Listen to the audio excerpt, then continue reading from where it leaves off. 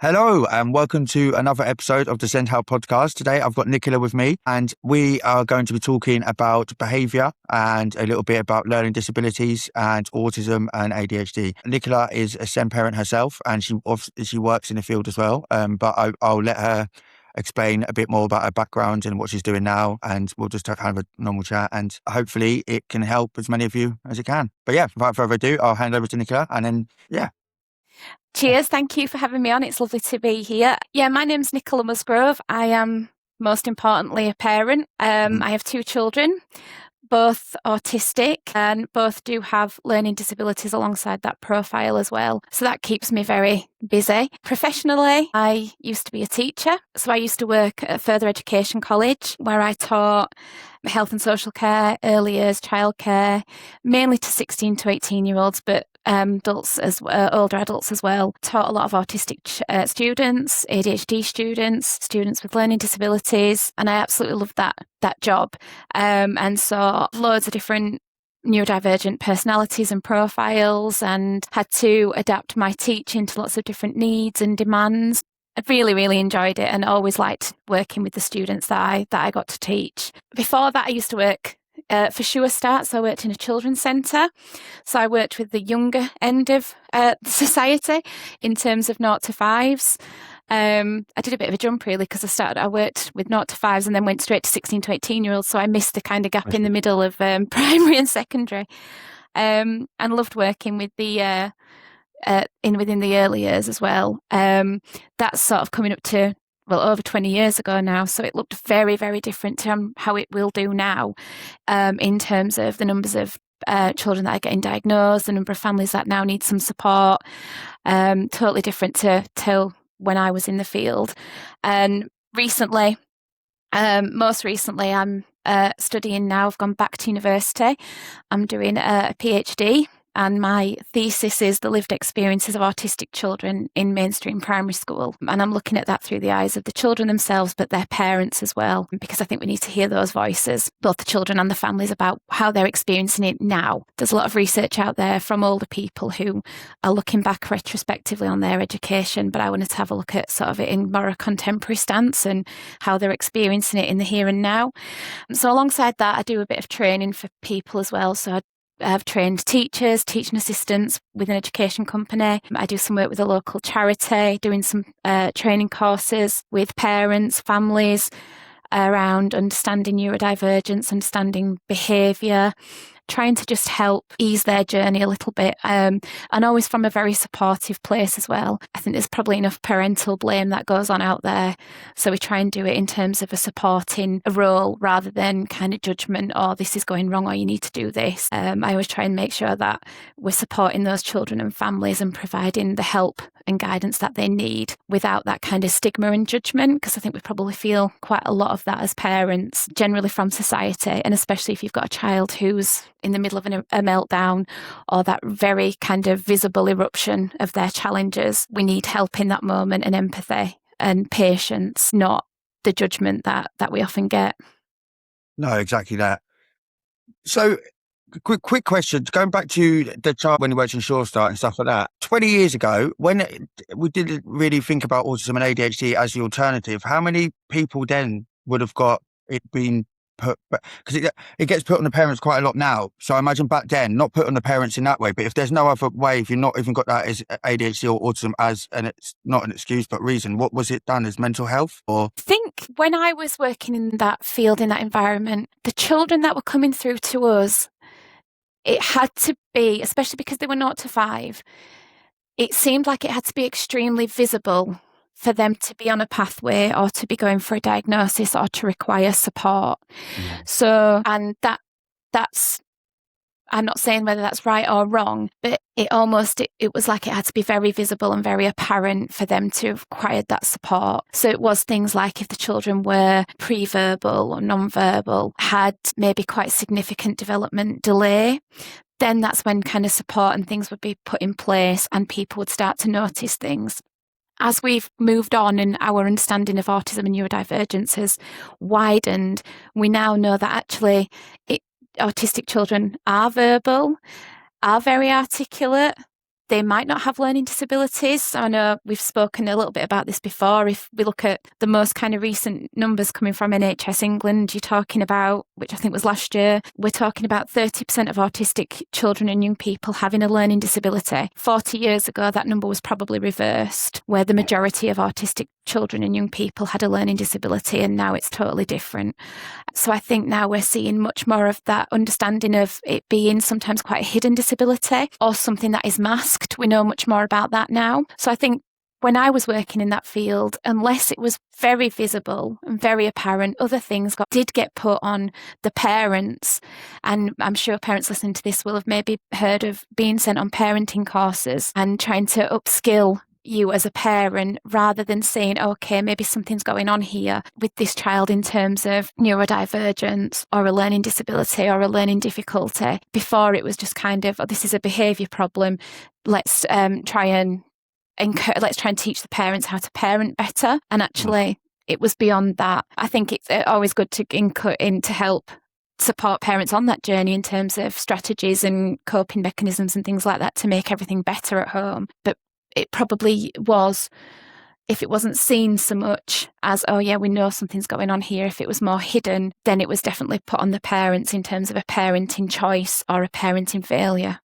Yeah. I worked in a school with autism and mainly learning disabilities, probably about 20 years ago as well. I went up, maybe not, it can't be that long.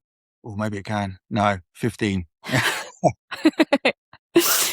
But yeah, about 15 years ago. And you're right. I think that's when that school that I worked in was the textbook what they thought autism was. So it was like non-verbal or little to no verbalization. Or if it was like with a very big global development delay.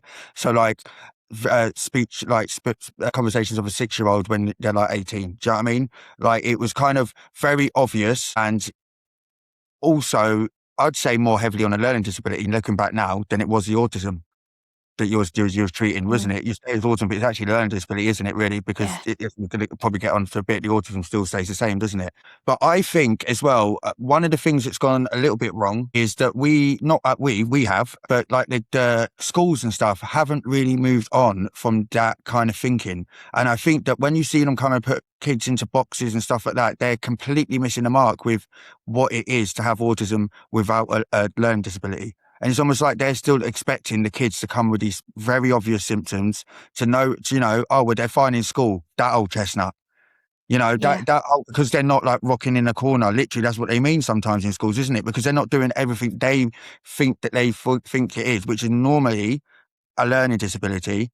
They don't know what to do when they're on par with grades, and because you kind of get pushed back, don't you? With a lot of parents, but they're fine in school is in the sense of either they're fine behaviourally or they're fine in grades.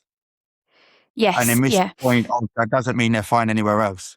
Like no, absolutely not. And I think we have probably, in a lot of ways, we are still stuck in that very stereotypical view of what autism looks like and how it presents. And there is a quote, it's not my quote, but that autism is one word to describe 1,000 stories. And it's not saying whether those stories are lesser or greater, it's that they are different. They are different presentations. And I'm the parent of 2 children who live in the same home. They have the same parents and they present differently and they respond to their environment differently as well. Their autistic profile is hugely different, and that their autistic profile, their individual characteristics informs us as parents on how we educate our children, how we keep our children safe, how we encourage them to reach their potential, how we feel that actually something's too much for them, we're not there yet. And it's not to say that in my children one is kind of more, not that they're easier in one situation or more difficult in one situation, it's just that they're different. My son is very, very sociable and loves to be around people. My daughter's very aware of her social battery and is much more aware of things draining her and what actually she needs to do to then fill her cup, if you like. And my son's just like Tigger, he's so bouncy and just wants to be around people and wants to be around experiences. So we have to plan things around knowing those different autistic profiles. And I think unless things aren't visible in terms of a meltdown, or like you say, stimming and rocking and maybe bouncing around or self-injuring. Those quieter presentations are sometimes overlooked, and they can be the most frightening, actually. I know, as my experience as a teacher, a meltdown was usually easier to manage than a withdrawal and a shutdown, because it was out there and I could see that a student was experiencing some form of distress. Yeah. And the quieter presentation was easier to spot and therefore more difficult to respond to. I was very aware that I didn't want them to sort of fly under the radar and that they needed some support. They were obviously flagging it up in a different way. Yeah, I've noticed this with my children, and I think I done a post about it the other day about I'd much rather, and I took for granted the ADHD symptoms in the sense of they're loud, you know what's wrong with them, you know they're distressed, you don't maybe not know what's wrong with them at the time, but you know they're mad, you know what they're feeling. And when it goes inwards, it's almost like a torture is the only way to describe it, isn't it? It's because they just beat themselves up so bad about it, and you don't know how they're feeling, you don't know how they're thinking. And some kids, especially if they're like my middle child, don't actually express much facial expressions, so you can't even guess. So you've got no clues until they get that random statement come out or something they've said, and you're like, oh, what? That's really how you feel about that? Like, it's really hard, and it's almost, you spend twice the amount of effort in that, don't you? Because you have to try and source the problem and you guess, work with what you think it is, get it wrong, go back. And do you know what I mean? When it's, when you've got something in your face, it's like, oh, they're mad, I need to calm them down. There's so much more emotions going in with when there's actually little emotion shown, if that makes sense. It's really weird, isn't it? Yeah, when things are visible, it's obviously so much easier to see and then to respond to. We might not always respond in the right way, or we might reflect later and think I should have handled that better, but you kind of know what you're dealing with there. It's in your face, it's very apparent. Those children who withdraw and go into shutdown and may lose the ability to speak, even though they're verbal and usually very articulate, but in that moment they've lost that skill, so they can't communicate those feelings.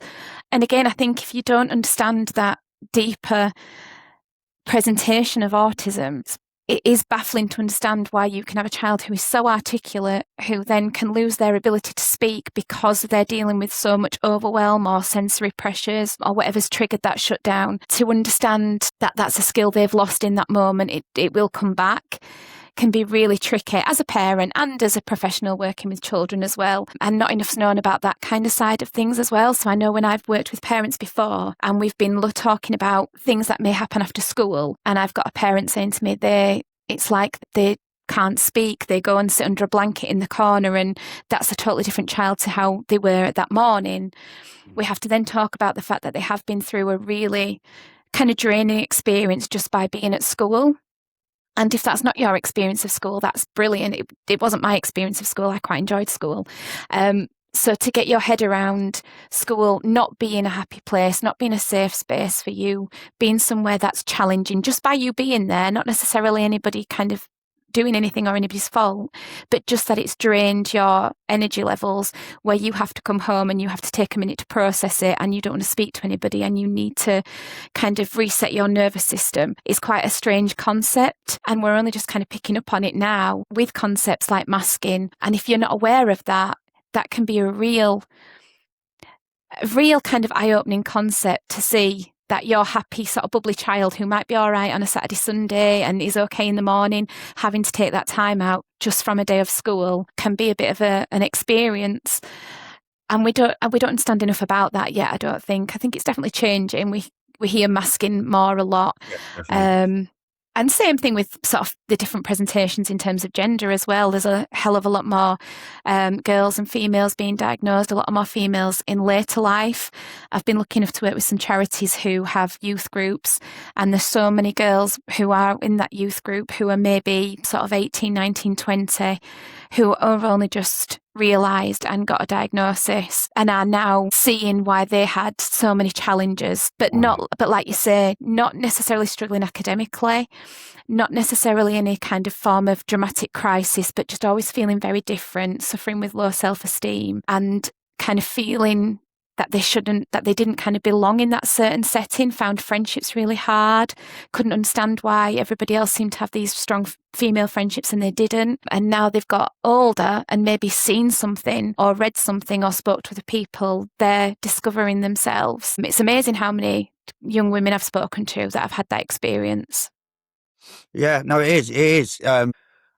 It's like they've gone through waves over the last couple of decades with it, isn't it? With ADHD and the autism diagnosis. Like it's very heavy a couple of decades ago when I got diagnosed with it, and then it kind of stopped. And then there was stuff like EUPD, which is BPD, and bipolar. And do you know what? It's like that kind of then all got put to that, and now it's all kind of been undone because I get not only do I get so.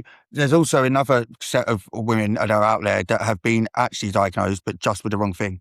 So bipolar, BPD, or something like that. So then they've been diagnosed, medicated for that, and now coming out and realising obviously that the symptoms are still there, and it's ADHD, and that must be tough as well. And it's curious as well because we'll talk about it in another podcast, and I was saying it's I don't feel it's so much so that a lot of people say stuff like, oh, it's because they got tested on men. I don't think that's the case. I think because ADD was always there, and I think then they removed ADD. Then it was that. So the way now they've got inattentive ADHD, which is now matching up to a lot of people. So I think it was more that they took that inattentive ADHD away all the way back 2 decades ago. So people that did have that sort of thing. But I think in society, women are going to present like that anyway, because it is abnormal for a woman to be as loud and boisterous as the symptoms say, but it's good to see now that they're taking to consideration like combined or or the non-attentive now, and there is, I think they finally got that right with the ADHD upon the years of seeing what it is and all of that.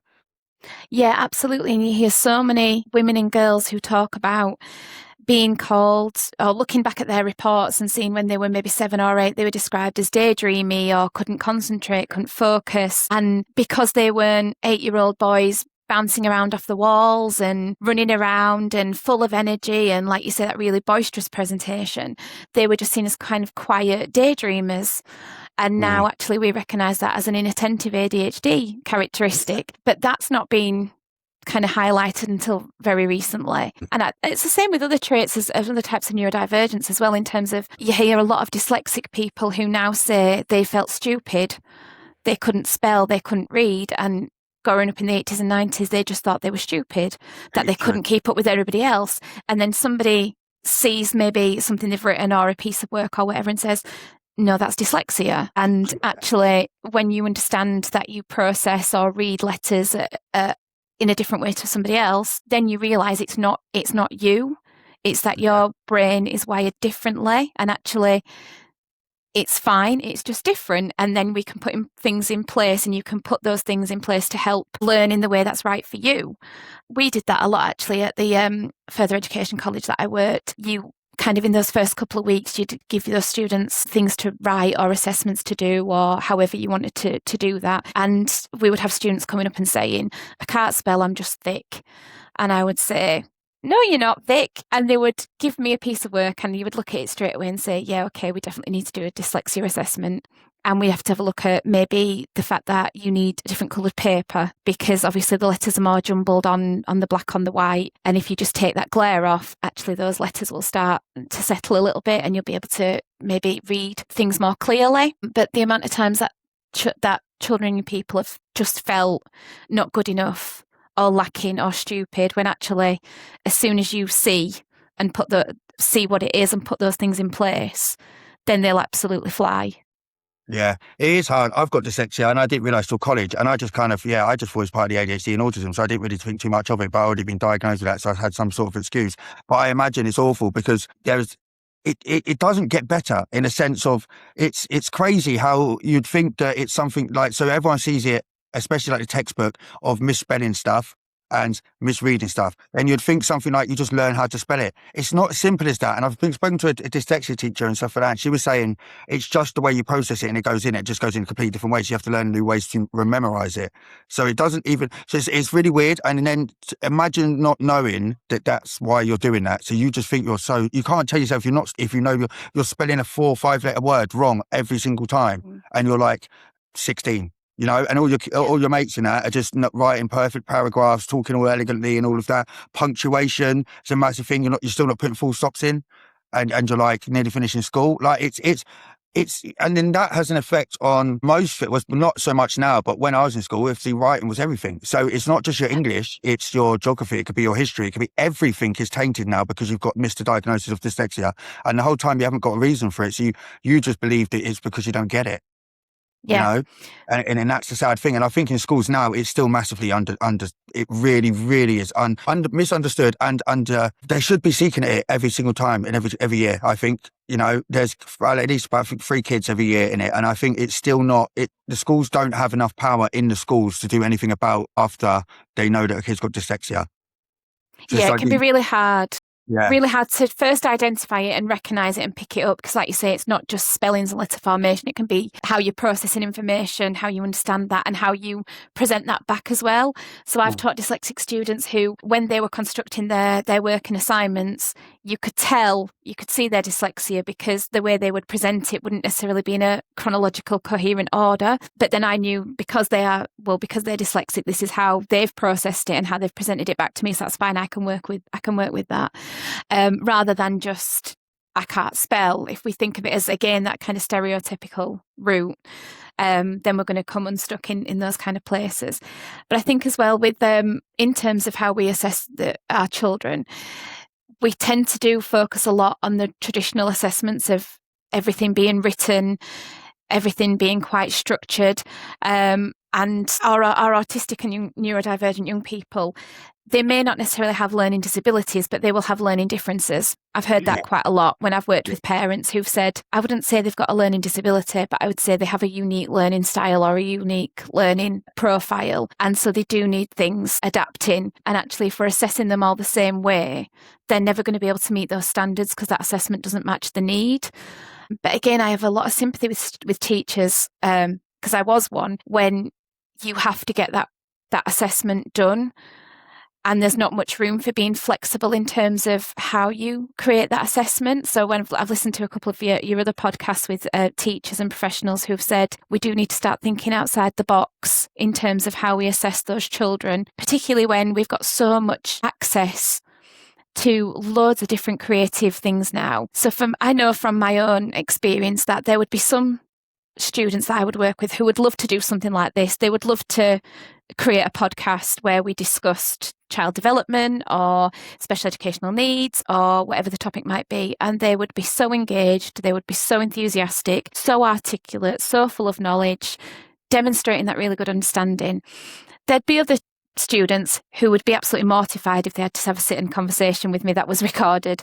They'd want to do a typed out essay. They'd want to do 3,000 words. It'd be well constructed. It'd be well referenced. It'd be well researched. And that's how they would want to produce that. But it's being able to offer that flexibility. There may be some people who wanted to write a poem about something, or who wanted to write a song about something, or do some artwork about something. And that's very difficult when you are sort of constrained by the education system, where we have traditional assessment methods and we haven't got the flexible approach to be able to meet those different needs within the classroom. Yeah.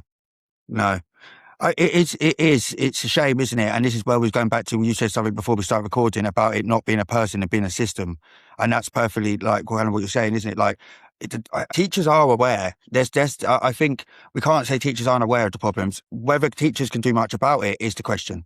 And that is the question that I feel sits very heavily. If you're talking about broadly in every school, obviously schools are different, but as a whole, no, they can't. I don't think.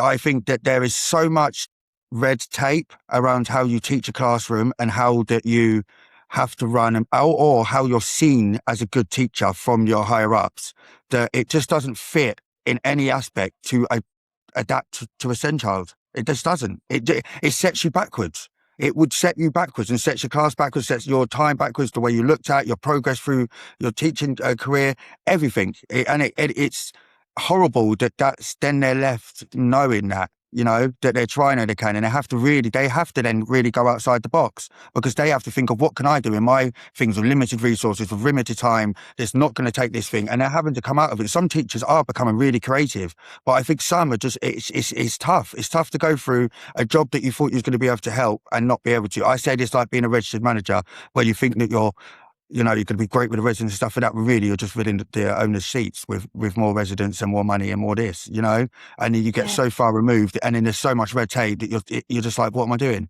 And it's disheartening. And there's a lot of teachers leaving the profession, which is a shame. And a lot of professionals finding everything so challenging, because we have got more and more children now being recognised and identified as neurodivergent. And so when we talk about SEND reform, we probably need to think bigger in terms of an educational reforms and think how we teach and work and assess our children, because our children now do not look like the children from 1980s or the 90s or the early 2000s. We're dealing with totally different presentations of children. And I saw that in my teaching role as well. The students I taught when I first started, which was about 15 years ago, to when I was just leaving the profession, which was 5 years ago, were completely different. They had different needs, obviously different pressures. They were just totally different in that short space of time. And again, like we said before, it's not about blaming a school or a teacher or a person. It's these systems that are really hard to work against and to change. And I've been lucky that my children are now in specialist school and they're both doing great, and the specialist schools that they go to have been fantastic. Their needs are met, they're happy, their well-being is definitely considered and cared for. And actually they did both do some time in mainstream as well. And again, I had absolutely no problems with the mainstream schools as well. The staff who worked with my children there were brilliant. They still are brilliant. We still have a really good working relationship with them. And sometimes they will ask me some questions about how they can support other autistic or SEND children in their schools, which is really nice. It's really good that we still have that bond. My daughter's mainstream school, they absolutely embraced her. They thought she was everything she is, which is quirky and clever and bright and funny. And they absolutely embraced her differences. But again, those systems, the kind of difference between her and her peers, the gap that was already there was getting wider the further they went up those systems, and academic pressures and cognitive learning came into play more. That's when challenges kind of presented for us. But in terms of people within that school, they were fantastic with her and are still fantastic now. I know that's not a lot of parents' experiences. That's my personal experience. But one of the reasons I wanted to do my research was because that's not for everybody. There are so many children now who are home educated. People call it elective home educated, but I think sometimes it's because they feel they have no choice. Yeah.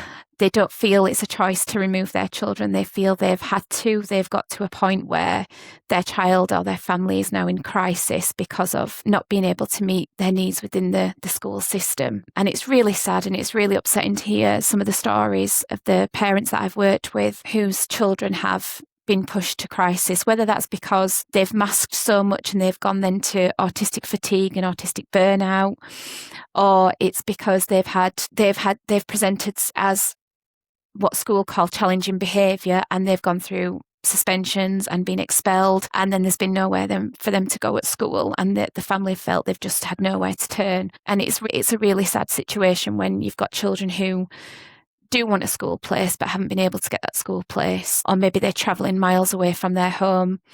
And I've worked with children who do travel quite away from their home, and it's really strange to see how they kind of feel that disconnect between where they live and where they go to school, because all their friends probably live in a different county or definitely a different town or maybe city. And so they feel like school is over there and home is over here, and you can't kind of bring the two together because your friends are not everywhere they hang out is not somewhere where you go. So you kind of have a separate existence. And I suppose that's not going to contribute. That's not going to help feeling safe or feeling part of a community when they're so disconnected from school and peers as well. So there's definitely huge challenges out there at the moment.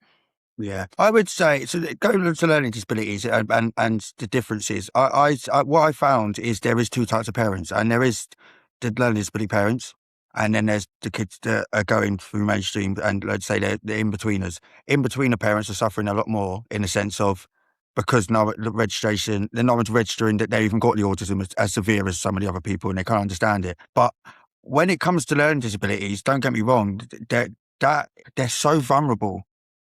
I think people, as much as we talk about autism and ADHD and stuff, when you've got a learning disability on top of that, you are vulnerable at all times. Like you could be, not, some of them might be left alone and stuff, it's not always the place for someone that has got autism and ADHD that's not necessarily got the needs of a learning disability, which is then begs the question, isn't it? The topic comes up all the time, is where would you put them kids? Would it be a middle type of school?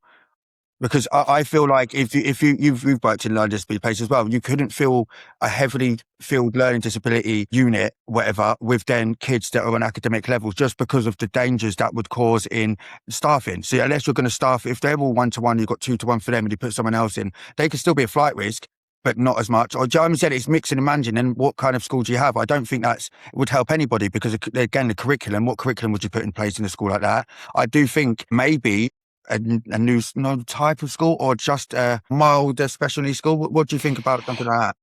I think it's definitely, I think we need to start looking at individual children and their needs and how they present. And in terms of thinking of, people say autism is on a spectrum, kind of on a line where you've got the ones who are what would have been called high functioning, which we don't really use anymore, and others that would be low functioning that maybe had severe autism. And I think we need to move away from kind of that thinking in terms of just look at that child on an average day and look at those things that make up that child and what they will need. So you might have a child who is if I think of my own child as an example, my eldest, my son, he doesn't have a lot of anxiety around anything at all. He's very, very happy in existing in his world. He doesn't have many stresses.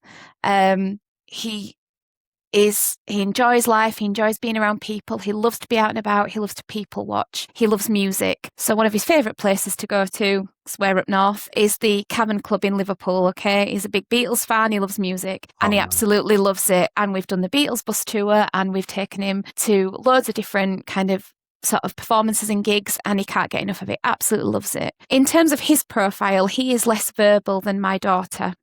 She has more... she is more vocal than he is and more articulate than he is. However, she has more anxiety around socialising with people. So in certain situations, she has more understanding, yet she can't cope with it. My son has less understanding and loves it. And so it's really hard to say how each child is going to react in each different situation. So in terms of thinking it, we tend to not think of them as, is she mildly autistic? Is he mildly autistic? Is he severe? Is she not? We kind of just think of looking at them as the individual child and seeing all these bits of these personality traits, these autistic characteristics, their learning needs into what they kind of look like as a whole, and accept that in certain situations they have high needs in terms of safety, in terms of keeping them supervised at all times, and in making sure that they are not doing something that is going to hurt them or hurt people around them. So they need that constant supervision. However, they don't have, in certain situations, they don't have any needs at all in terms of they're not worrying about the problems in the world. They're living happily in their own world. So we don't have those anxiety conversations. We don't have, they're quite sensory seeking as opposed to sensory avoiding. So we don't have a lot of issues around food. We don't have a lot of issues around uniform. We don't have a lot of issues around noise levels or anything. So it's kind of providing them that stimulation. Whereas I know in certain families, the anxiety of just that child stepping out of the front door, they may be cognitively able, they may be academically achieving, but those sensory needs, those emotional and social needs are pushing them into that higher needs level as well. And we need to start looking at needs like that on an individual basis because they're not greater or lesser, but they're very different. And I know you see those different sides of people saying it's really hard when you've got children who sit kind of somewhere in the middle. And how do we meet those needs when it's maybe not obvious, it's not apparent, it's maybe a little bit hidden, it's maybe a little bit masked? How do we provide them with that support? And that's where we seem to be missing it, like you say, in terms of school provision. We've probably got specialist schools who are geared up for physical disabilities, learning disabilities, children who are wheelchair users and who need a lot of personal care, as opposed to the children who maybe have more social and emotional needs, maybe quite dysregulated quite a lot in terms of how they present their behaviour. They may be quite boisterous in their presentation. We'll also have, like we've said, the girls who are masking and quite quieter and need that safe space then, and they don't necessarily need the specialist school place, but they also don't want to be around maybe the students who are really kind of visible in their meltdowns and can become quite violent, or things can escalate quite quickly. And that's going to be a real challenge, I think, as we move forward in society, meeting everybody's needs in those right environment. There's a great autism expert, Dr. Luke Bearden, who's just amazing and does brilliant talks and brilliant lectures and brilliant writing. And he talks about autism plus environment equals your outcome. And I really sign up to that in thinking, yeah, you've got your autistic child, what's their profile? Put them in the right environment, and that's going to give you your outcome, whether that outcome is positive or negative. If that environment's right, with quality provision, quality resources, the right people around them, the right level of understanding, then they're going to thrive and do really well.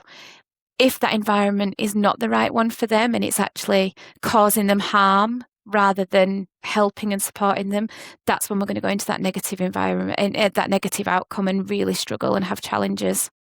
Yeah, I agree with that, but I think it's more than just schooling, though. I think environment could also be household. So again, and I don't think that's I'm not any parents, but I think if you're if you're new to autism, how are you meant to have an autism friendly house? It's something. When I done my ADHD medication for my son lately, the woman on the phone said something, and she was really, really good, actually, when she done the medication. It wasn't just a normal, what I thought medication, here it is. It's explaining the medication, what they do, the side effects, what to do, blah, blah, blah. But one of the things she said is these tablets will only do 50% of the work. The other 50% will be environmental. And I love that she said that, because I think that a lot of people would think that tablets or something like that, or the right schooling, would solve the issue, when necessarily it's not. The environment has to be tailored to the individual, not necessarily the diagnosis, as you're saying. So like, you could have an autism school, doesn't mean that everyone with autism is going to love that school, you know? Yeah. And I think it's important to think about it as a 50-50 split always, as in what's going on at home, what's going on at school, to other autism. Even if you're setting your house up or doing one thing right, somewhere could be lacking. And that could just be the little hole that's causing all of it to kind of start leaking and stuff like that. And it's hard, isn't it? When you're thinking of it like that, it's almost overwhelming in a sense, isn't it? It's like, oh my God, like some of it's out of your control and stuff like that. My follow-up to question to that would be, if you said about individualizing everything like that, and I agree, everyone is individual and that covers everybody. So you could get everybody by that. The only issue I see with that is time. Obviously, if everyone's got individual needs, how do you then access everybody's need? But then you can adapt for as most needs as possible, I suppose. But if that's true, and we need to start looking at people for an individual, do we then need to start coming away from cornering kids into a category of SEN, in the sense of ADHD kids, autism kids, they're just kids? Yeah. I think it's that the turning point that makes this all come together, that everyone just sees a kid with, this kid might have a little bit of struggles and this kid's just normal, but they're all kids to start with, and then they just got different needs, instead of these are the same kids, these are the regular kids. Yeah, it's really tricky as well, because I always say there is diversity within divergence. So I have two children in the same household, and my approach to them is very different, even though we're in one house.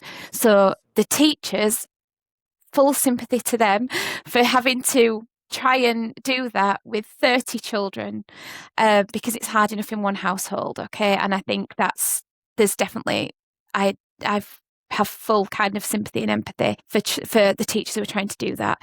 So an example in our household of something that we have to manage differently is my son likes to know what's going on. So he has a calendar on the wall and he likes to know what's going on kind of every day, even if it's just a school day. There's not necessarily anything going on. He has it written there. My daughter, that stresses her out. The fact that everything is planned for her, and she's in, maybe again in terms of socialising and social battery, she sees something on the weekend like a party or something that's just causing her stress for most of the day, and she'll go and rub it off and say, I'm not doing that, and this will be on the Monday, and the event might be on a Saturday, and I don't want her to panic for those few days. So we have to keep that hidden so he can see it and she can't.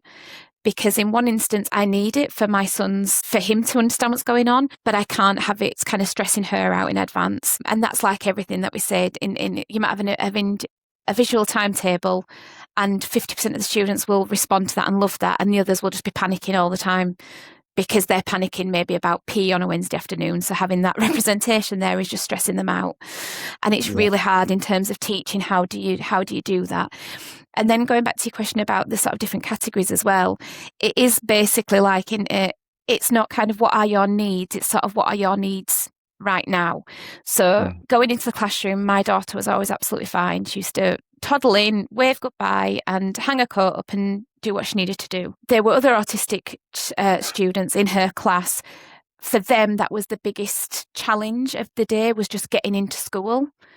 So in terms of that, just that situation, who had greater needs? Would it be my daughter who's waving goodbye and off she goes? Or would it be the children who needed to be peeled off their parents because they were just struggling to get through the door? So in that situation, they would have the high needs and my daughter wouldn't need a lot of support. That would change then during the day, because at playtime, my daughter, being a bit of a free spirit and having not a lot of safety awareness, would be the child that had the high needs in that situation, because she was a flight risk and she was I want to go over there and I'm just going to go do it risk. Whereas the other child maybe would just be playing hopscotch or something and therefore didn't need a lot of support because their needs were met in that instance. So they kind of fluctuate, they're kind of different, they might change depending on what situation you're in, your environment, what's going on at that moment.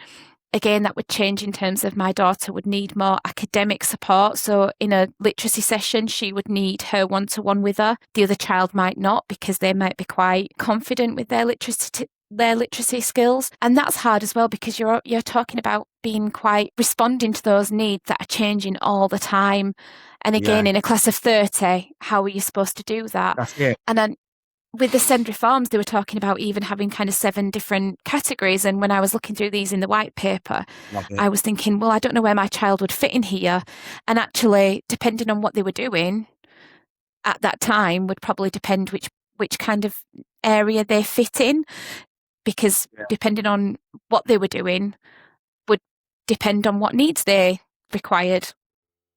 Yeah. And I think by doing that as well, is another thing that you miss is their kids. So everyone goes on about the diagnosis, especially like school and stuff like that. And you forget that some behaviours can be just because you're kids and you're growing up and then you're going through puberty. So the whole way through the school journey, as you said, is dynamic. So if you're not checking in, so even like the HCPs now that don't get updated for years, if you're not checking in every time, it might change. You might not like what you liked last year. So it would have to be very dynamic in the sense of you always checking it. But it's the right thing to do. It's almost like I come to the conclusion of all of this. It doesn't matter. It's not our problem to come with the solution to that. We know what would work. They need to kind of action it in the sense of the government and letting that happen. So whether that be directing a lot more funding, so there is like 3-4 TAs in a classroom would be a good start. Or even hiring them on. Do you know what I mean? There's a lot of things the government could do and prioritise that could help. It doesn't seem to be getting listened to at all. So I do sympathise in the sense of there's only so much, and again, it goes back to our systems, isn't it, that you can do if you're restricted and you've got one teacher to 30 kids, already impossible task to even do it lightly. So even if you wanted to talk every day, so for instance, if you went in the morning and you had to have a conversation on that person's subject every morning to 30 kids, and it's a 5-minute conversation, that's half your morning gone just by saying hello. And that's because you've got one person. Where if you put it into groups and you had 2 people to a person and you could do it, it's a lot faster. But without the funding, or without the reform of that's how many teachers we need or TTAs in a class or that's how many kids are in a class, that's not going to happen. So there's only certain things we can do in schools and in classrooms, because without changing, we're stuck. Absolutely. And some of the things that are in place that probably don't need a whole lot of resources or money or things like that, like something that always comes up quite a lot is a school uniform. And I've worked with children who said to me, I don't like the shirt and tie. And those children happen to be 7 and 8. And you think, no, shirts and ties aren't really comfortable when you're 7 and 8. And could that problem not be solved by wearing just a normal t-shirt or a polo shirt? I get if you want them to all have the same colour so you can obviously spot them and recognise them when you're out and about and things like that. And also the way we work now, a lot of people who do wear, a shirt and tie for their role, that might be different now, because after COVID we all kind of did online home working from home. So actually there's probably not as many jobs that require that kind of uniform approach anymore anyway, because most people might be doing a bit of part-time remote working or whatever. So we don't need to kind of have those systems that are so strict. We can have that flexibility in place if that will make that child feel more comfortable. That's an easy thing to solve, I would say, rather than having to think about lower class numbers, more staffing, more experts, which we do need. But let's kind of start with maybe some of the small stuff where we can just make those reasonable adjustments. And when people say we'll have to make it for all, well, then do it for all, or put it up to whoever. If you want to wear a shirt, the school shirts, wear the school shirts. If you'd rather wear the school t-shirt, wear the school t-shirt. I think we've seen some of the flexibility actually with the hot weather that we've been having, and so many schools saying, right, children can come in the PE kit. That would solve so many autistic or neurodivergent children's. Right? Yeah. So why would you not just say, okay, if we can do it now, we can do it if that's your preference, and just let them have that flexibility. Yeah. And some children would stick to, probably wouldn't be necessarily bothered. So yeah, I'll put the shirt on and off I go. And other people would think that made a whole lot of difference to them just by changing it up by how comfortable you feel. And it wouldn't take a huge amount of money or resources. Do you know what? I've actually stumbled on this subject accidentally, but I didn't realise why this was so insane. But I kind of had a conversation about this and I said something like, what's the harm in trainers, really? Like, do you know what I mean? If you're just for the school shoes to trainers, what's the harm? I didn't realise how much of the public opinion is actually in favour of school uniforms. I didn't realise that it wasn't us against the schools or every parent against the school. It was quite worrying in a way, because a lot of parents, I don't know if they're parents, people were saying stuff like, but this is why they don't run rules, it's discipline, it needs to happen, this is why it's for the job. And they're really still stuck in them that way. But as I said, I question, what roles are you talking about? What and it's almost like defiance, and it's like they're defying the order because they want to be different. And it's like, no, everyone, as you said, everyone could be different. It's up to everybody. It's not that one person that gets a written wall. And I think that's where schools might be going wrong now. So they are making exceptions for that one child, and then it rubs off the wrong way to everybody else, because ideally everybody else would like to wear that, and then you stand out more, so it causes friction. But if you connect to everybody, then yeah. But I was really, really surprised that this wasn't a unanimous parents versus school problem, and this was actually a divide within parents and about the uniform, and about, again, another one that come up quite often was about, I think this is quite outdated, but everyone needs to look the same because you'll spot the kids that don't have brands. It's like, yeah, but you tell them what brands. It's still from the school store. You can wear this or this. It's not like you're saying anything else. And school uniform now is so expensive. You're cheaper getting the tracksuits and the trainers and stuff sometimes. And it's just, it's weird. I don't see it as anything other than people have not thought about what they grew up with. So it's just remaining in that mindset where times have changed, and almost getting annoyed that they've had to go through it so everyone else. And and I think it's that, like we said before, that understanding and that stereotype of thinking that any kind of behaviour or choice is stemming from somebody trying to be difficult or rebelling against it. And it's not. It's from a processing point of view most of the time. I can't imagine what it feels like to be so uncomfortable with having labels attached, because I'm not autistic, I'm not neurodivergent. But when I speak to people that I work with who have those sensory needs, it can be physically painful to have those labels itching you all the time and making you feel so uncomfortable that you can't think about what's going on in class because your comfort levels are just not right. And by saying to somebody, okay, well, what we'll do is, rather than having to wear if that's too itchy and too uncomfortable for you, we will find you something softer to wear. And because we don't want necessarily for you to be singled out or look any different, this is an option. It's A, B, or C. You guys can have your preference. For some children, that will be a preference and a choice, and for other children, it will be, they need that. That's necessary. That's a necessary adjustment just to make their nervous system calm down for them to be actually in the classroom. Same thing with your footwear and and trainers and things like that. And yeah, I think people do think it seems to be like a choice. And I would say behaviour of our autistic, neurodivergent people with learning disabilities, it's not a choice. It's how they're communicating their needs. I know I have worked with some students who it appears that they are trying to kind of push their boundaries and push buttons a little bit. And yes, they're teenagers, so we have to give them that grace because they're 16 to 18. That's fair enough. But also for some, you could just tell it wasn't a need for control. It was a need for agency, because they'd spent most of their life living in a world that wasn't geared for them. And so their anxiety levels were high. Their self-esteem was low. Their connection and their sense of belonging just wasn't there. So what appears to be kind of an attention-seeking behaviour, I would try and reframe as a connection-seeking behaviour. And the easiest way to get somebody to give you some focus and connect with them is probably if you're doing something that they're going to tell you to stop. Absolutely. That's There's a perfect behaviour highlight straight away. There's a perfect thing that I learned in the school years ago. Someone came in and they said about challenging behaviour, why it's so effective. And it was like on the extreme end of the school was working in, there was talk about like non-verbal kids and stuff like that, and why it's so hard to teach them anything different than to slap you in the face to get what they want if they've got to that point. Because what you've got to teach them is that, right, so basically it'll go from, if they want a drink and they just smack you in the face and then you have to go, they're like, oh, what do they want? They must want a drink. They do that all the time when they want a drink, you give them a drink. It's not even enough instant, it's obvious.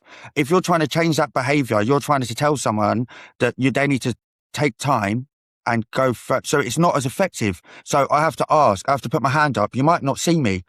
Someone might walk past me. You're telling them to trust you to not have an effective communication. When you've got someone learning speech as well, that it's just what works, isn't it? A challenging behaviour as you're going into is always going, it is challenging, it is a bit for the attention of sometimes, but it's the quickest way to get it. Where if you do, so like you're asking someone that's got, it's like if you was really angry and you couldn't say anything about it and you're asking them to wait a couple of lessons before you said anything, that's kind of like the equivalent, isn't it? Like, it's not natural.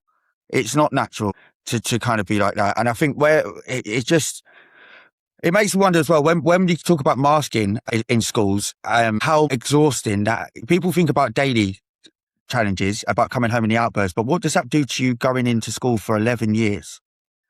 Having to not be yourself for that long of a period of time, the most places you probably are for them 11 years, that must have an effect mentally. That has to. Yeah. We don't even, I think we're too far into masking to even think about that long-term effect of it, but it's got to be exhausting. Yeah.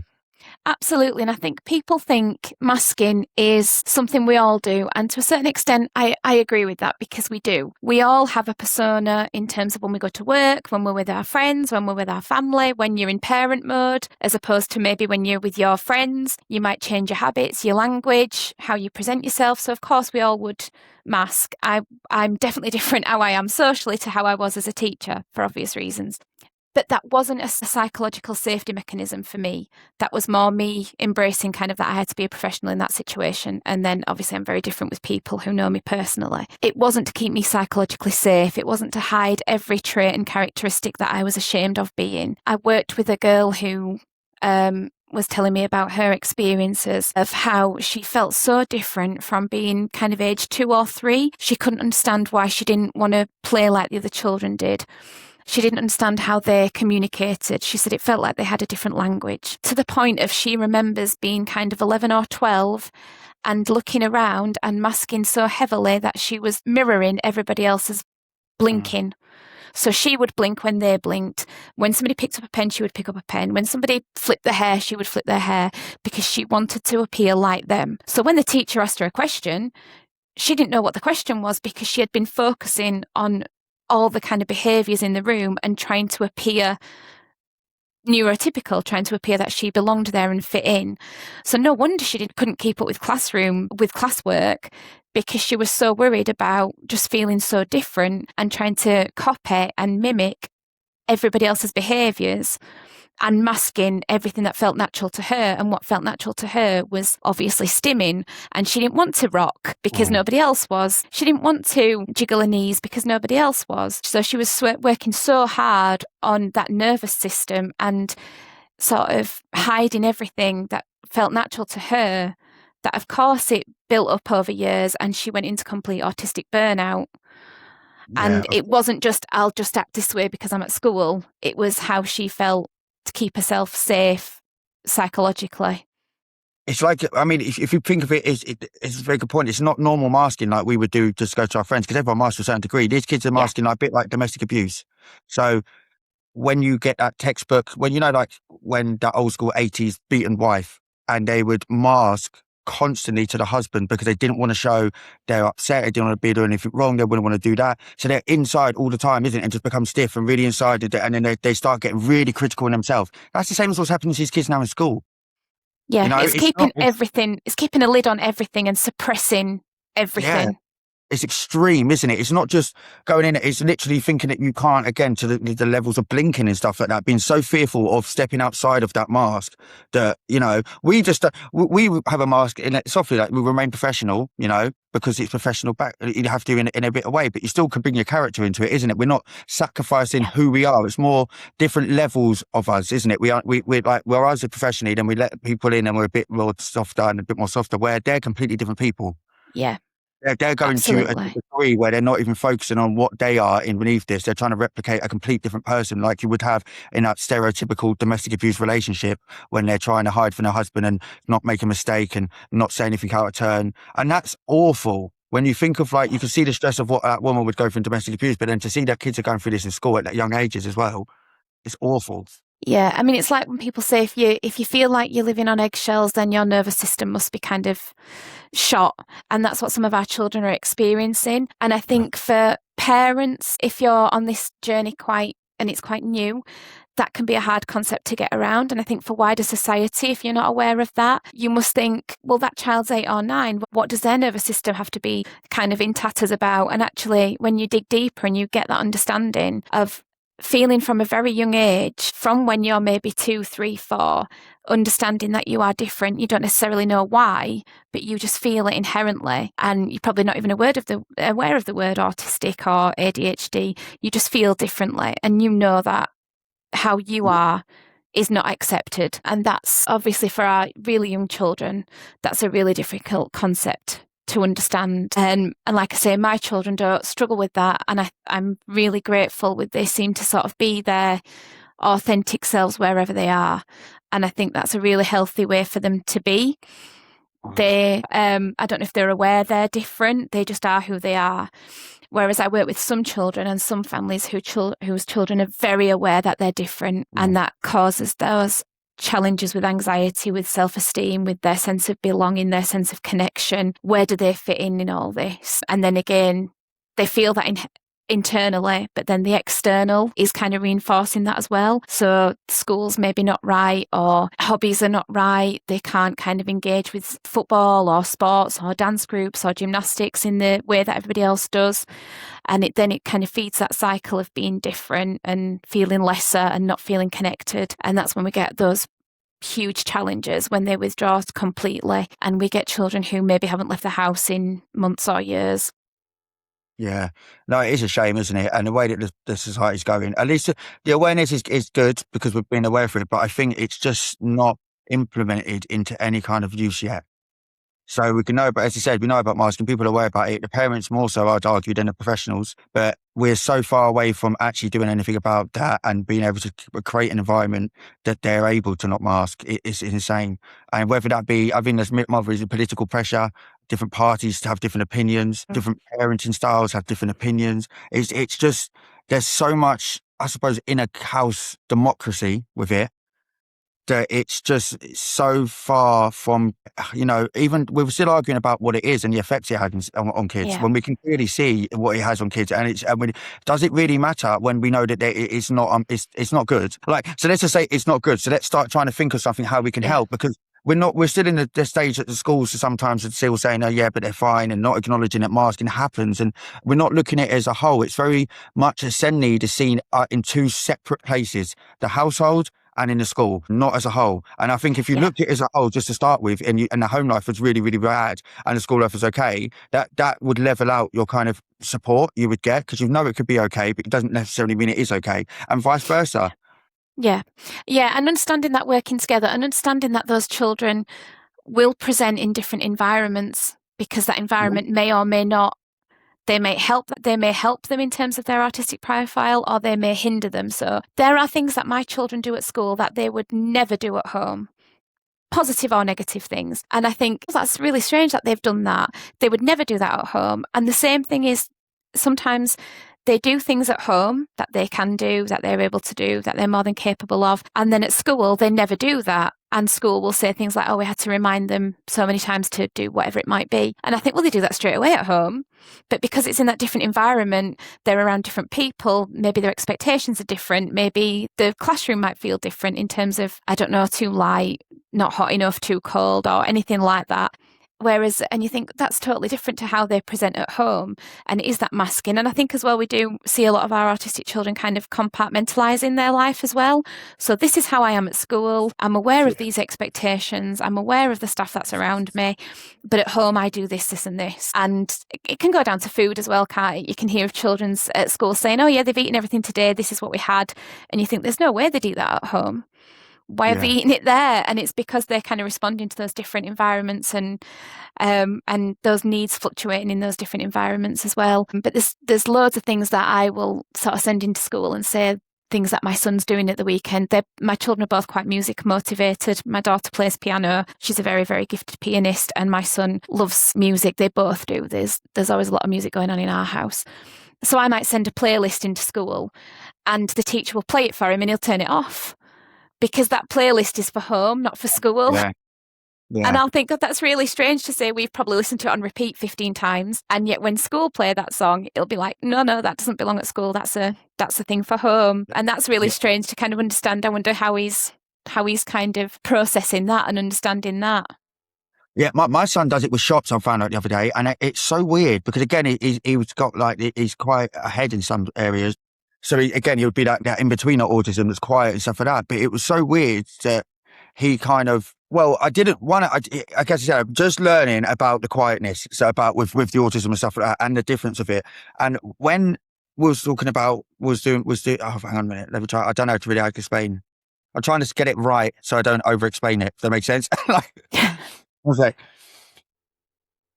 So with Dion, he goes to the shop, right? And so if he goes to the shop with me, I don't know how he works out because I haven't worked out what the rules are yet, but there is a rule set about things he does with certain people. So I worked it out the other day that even to a shop or a person, he ties down to an item of what he gets. So we went into co-op and I said to him, what are you getting? And this is when you don't know until they say something out of thing goes, Tic Tacs, of course. I said, why of course? And he said, because that's what I always get when I go to co-op. And I said, what? I always go to co-op. It was 30 degrees. It was that day. I said, don't you want an ice pole? No, I want Tic Tacs. I said, but can't you just get something different? You always have to get the same thing in co-op. And he didn't. He goes, yeah, I like to get the same things in places.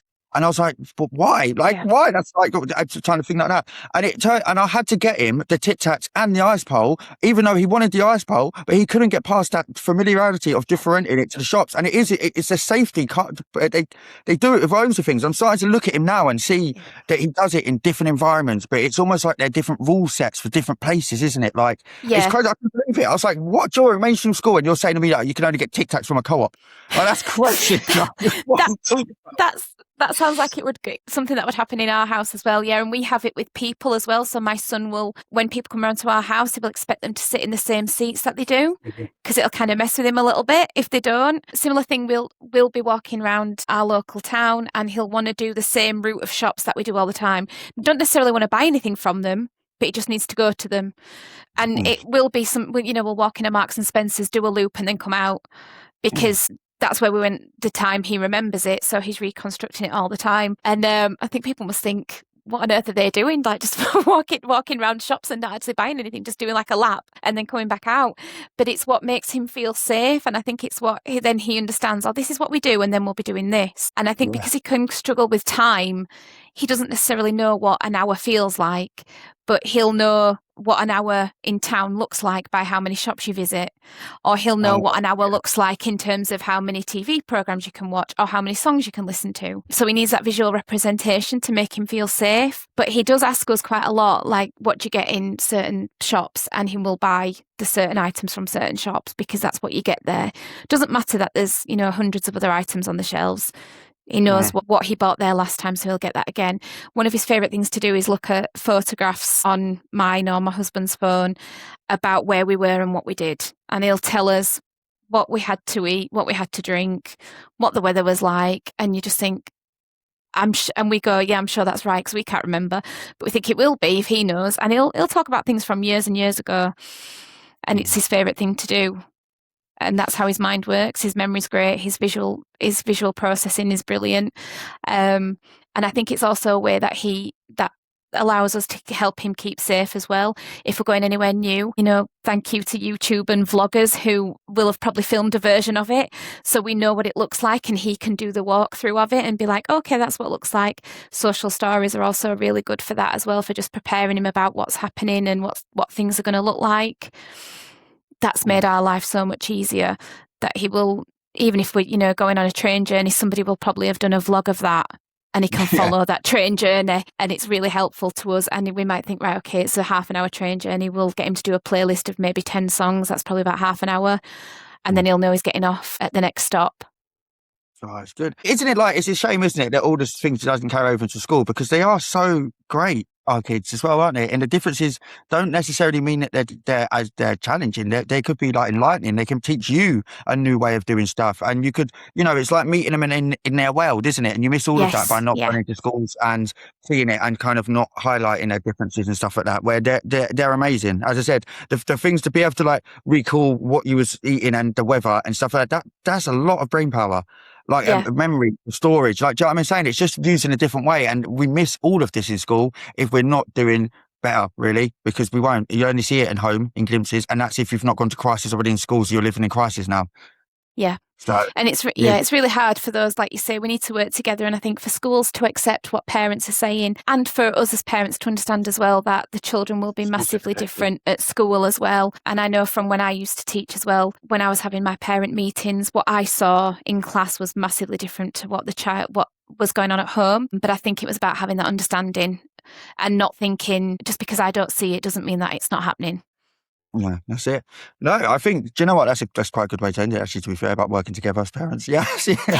No, I think it's true. I think if you looked at my content maybe 10 episodes ago, it'd be very anti-school. Not anti-school, I was going for my own stuff, so it's spilling into my content. But again, I'm in the approach, we have to work together, and we need to start coming to the point of, it's only bad, and this is the point that we're coming away from at the moment, which is good, but when you can't have the conversation in the same room.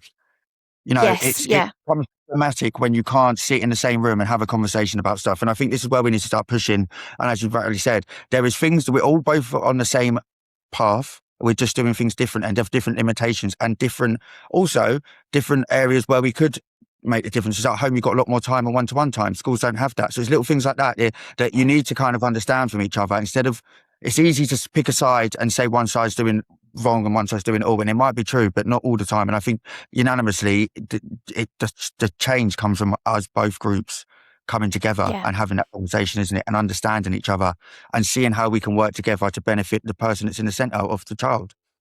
Yeah, and it's definitely, it does feel like it's a very us and them situation. And it does feel, when I talk to a lot of parents and work with a lot of parents, people talk about it feeling like a battle, it feeling like you're up against a system, it feeling like you're very isolated on your own. And it does feel like that. There's no denying that that's kind of the landscape that we're looking at. But I think it is about, we have to work together. We have to remember why we're there for that child and understanding it from both sides and appreciating that those children will look different in different situations according to their environment. And I think for us, for schools as well, and for me as a teacher, to not take it personally if the school or the environment is really triggering that student, because it's the environment that's triggering their needs. Usually, in my experience, it was always that actually they didn't feel safe there. From the word go, it was hard straight away. And so it was, how do we make that child or that student feel safe? And then we can look at everything else around that as well. First thing is, they just need to feel somewhere that they've got a space there, that they're safe, that there's a person there who anchors them and gives them that support. If that's not you as their teacher, that might be the TA or the SENCO or whoever. Accept that it's not a personal thing. We need to get that safety in place, and then everything else is usually easier to manage. No, I agree. I could totally agree. And I think, do you know what? I think that was a great podcast in a sense. I think they were helpful. And I just remembered you've got a drop in as well. So that's great. Yeah. Yes. Dropping on the app, so we're seeing you in the app as well. I think we've got. I think again, it's very good because we're very similar, aligned in that sense. And I think it is quite hard coming from a mixed background in a sense of working professionally and having a parent. And I think when you're one or the other, it's easy. It's a lot easier to just sit on the fence and just blame the other person, isn't it? But like people like us are kind of the hope, hopefully, of the people that are coming together saying that we kind of understand it. And I think that our voices are the voices that are going to help bring that together. Like just some of the stuff that you've said here and stuff like that. I think it's going to be valued by the audience. So I think thank you for your time today. And thank you for having me. I've really enjoyed it. Brilliant. Yeah. Sorry. No, and I'll yeah, like you say, I'll be around doing a drop-in. So for anybody to ask questions or however it works on the app, that'll be really good too. Yeah, and if we could develop more of that, we could work into some workshops or whatever. As I said, I'm happy to work with you alongside. I said, the more together we are, and I think that it is going to be not necessarily not parents or professionals alone couldn't do it, but the professional parents, like so everyone's professional parent. I've just used mine quite against myself, but yeah, but the one people that were in the field and work sort of thing that have that mixed variety are the ones that should be leading the conversations like about change and seeing from both angles. It's hard because again, if you're trying to get numbers on Facebook, forget about it. If you're trying to be neutral in the middle, you're not going to get views. But it doesn't mean we shouldn't speak about it, and it should be the forefront, and we should be coming together because the kids are suffering. And if that's not enough, absolutely. Yeah. And I think when you do the work I do, I see it from all sides because I've worked with schools, I've worked with head teachers who've said to me, I've never thought of it like that. I've worked in education for 25 years and nobody's ever said it to me like that. And you can't know what you don't know. And I thought, no, I wouldn't either. If my children were autistic, I probably wouldn't know this. And then I've worked on the other side of the coin with parents who are so kind of worn out and beat down by whichever system it might be, whether that's with professionals that they're battling against, whether that's schools that they're battling against, to the point of it's made them unwell. Maybe they've had to leave their job.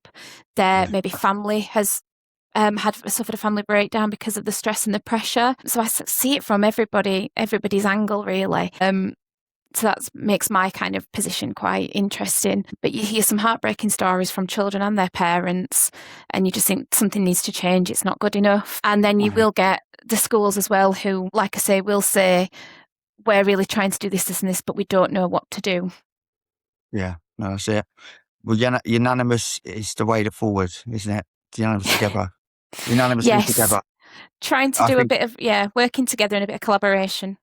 Yeah, that's it. So thank you very much for your time today. And I won't say goodbye properly because we're going to see each other next week. So I'll see you next week for the professional parent drop-in.